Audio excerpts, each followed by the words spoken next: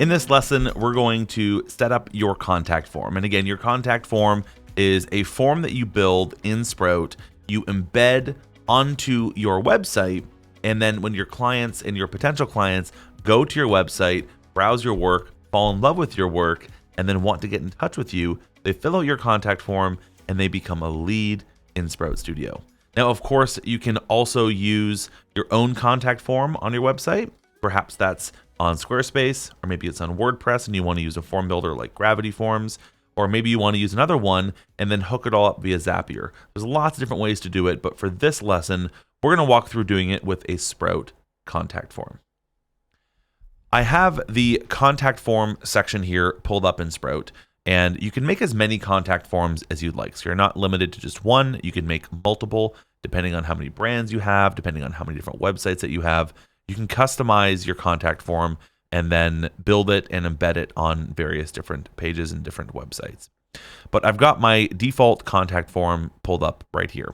And as you can see, it's a really simple drag and drop editor. You just take the field, drag it around. If you want to add a new field, then you can add new fields. Now, the different kinds of fields down here are a text field, which is just a plain one-line text field, a paragraph field, which is a multiple-line text field, a date option, a radio option, which allows you to choose only one of multiple answers, a checkbox option, which allows you to add multiple or select multiple of many options, a drop-down, which is in a drop-down, or just instructions, which is not meant to be filled out, but just meant for you to give instructions to your clients. You can also add contact fields specific to a contact, so you can ask for the company name, the address, or your client's pronouns. Let's go ahead and set this up really nicely. Over here on the left, I'm going to go into main settings, and I'm just going to give this some information. I've got my form instructions up here. I'm going to give a little greeting here. If you had a title, you could put your title here, but we're going to leave that one blank because I like how I have this formatted here. Now, you can go into HTML and add your own HTML in here if you'd like to. So if you're wanting to get a little bit more granular, you certainly can. Next down here, we have the button text, and right now it just says submit down here, but I'm going to change that to let's connect. There we go. And then down below here, there's advanced settings, and that basically shows you what do you want to show when your customer fills this out. So you want to just show a message on this page, or do you want to redirect them to another URL, maybe a thank you page that you have set up? I'm going to have this just set up to give a new message, and I've got one here copied that I'm going to go ahead and paste on in there. There we go. So now let's kind of go and start working with fields. So as you click these fields, the panel on the left changes so that you're editing that specific field. At the top here, you have the actual name of the field. So I'm going to call this, what is your first name? Because that's what shows up over here. And then you can go field width, either large, which takes up the full width of the form, or you can go small, which takes up half of the width. And if you have two small fields side by side, Sprout will automatically put them into two different columns. I'm going to go ahead and click save on that one. And I'm going to ask this one, what is your last name? And I'm also going to make this one small so it goes side by side there.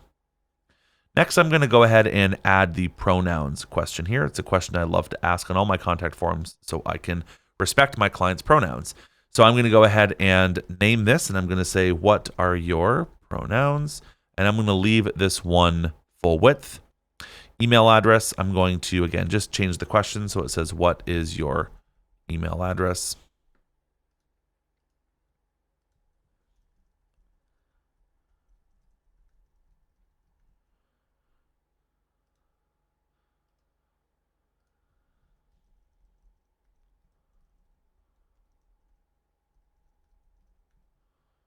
Now, one of the things that's important here is on the event type, and you can always see that it's event type here because it's got all the different types of photography that you offer here.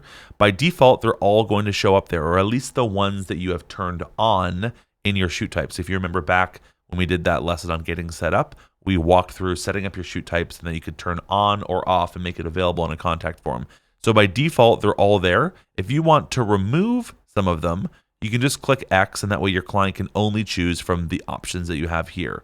Now, if you want to force everybody that fills this out to be made of a certain shoot type, so maybe this is called your wedding contact form, and you want everyone who fills this out to be made as a wedding lead, delete everything but the one, and this question will actually not show up anymore, but every person who fills this out will be made as a wedding lead. So that's a great little shortcut to automatically assign a shoot type based on the contact form. And otherwise, you can click Restore All to add them all back in there. Now, what I want to do here is for the event date, I want to ask the question, what is your wedding date? But obviously, it only makes sense for me to ask that question if they're getting in touch about wedding photography.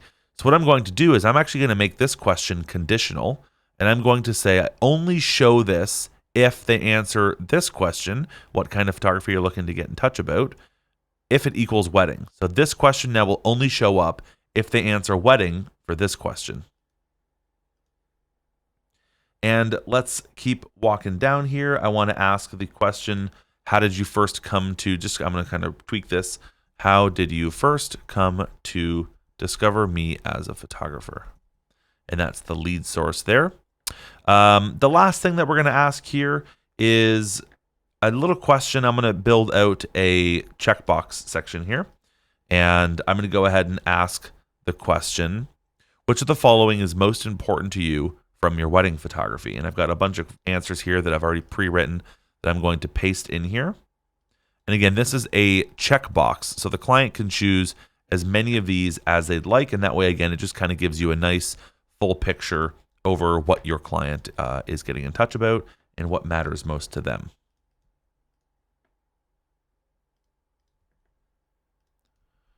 Okay, there we go. So that's how that looks there. And I'm going to add one more instruction field here, or one more paragraph text, sorry. There we go.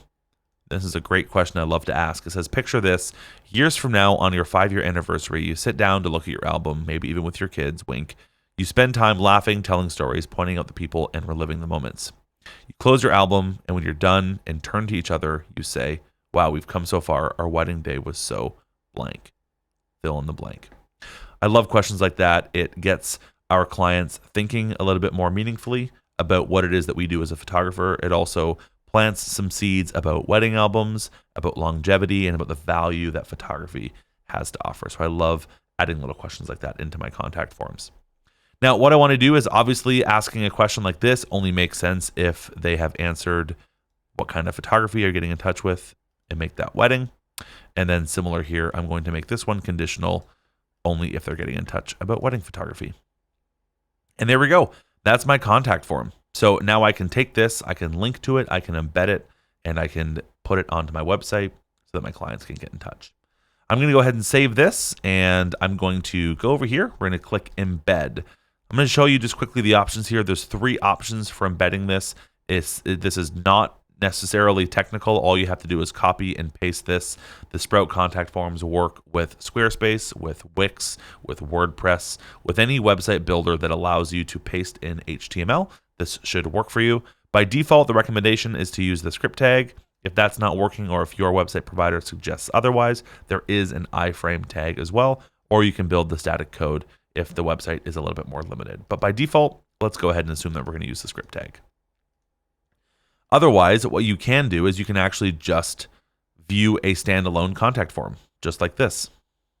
And so this is a contact form that is hosted on Sprout. So if you don't even want to necessarily embed this or go through any of that technical hurdle, if that overwhelms you, you can just link to the contact form and your clients can fill it out right here. Let's go ahead and fill that out now. Now this is the part where you're going to see the conditional fields show up. As you can see here, the other fields that we had are not currently displaying because you have to choose wedding for this field. And now once you choose wedding, the other fields will now show up.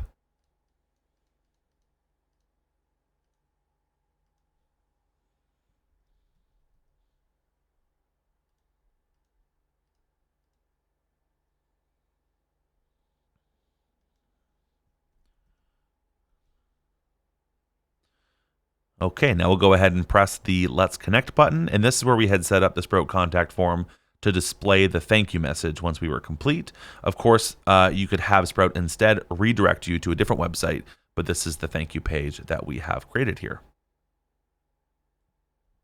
Now from here, let's go on back into Sprout. Now you will have received a notification for a new lead, both in Sprout and via email. Let's go ahead and click that and open that up. And so now here is our new lead. So now we are in the lead section of Sprout.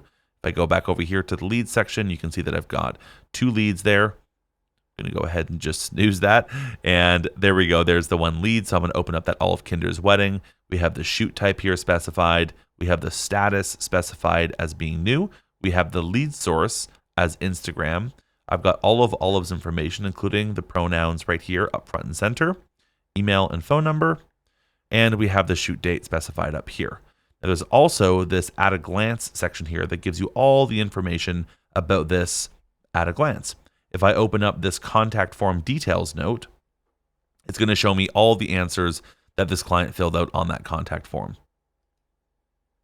And that is how leads and contact forms work in Sprout Studio. So again, really easily can create a contact form or can create multiple contact forms in Sprout, embed them onto your website or link to them from your website. And when your client goes through, fills it out, they become what's called a lead in Sprout Studio.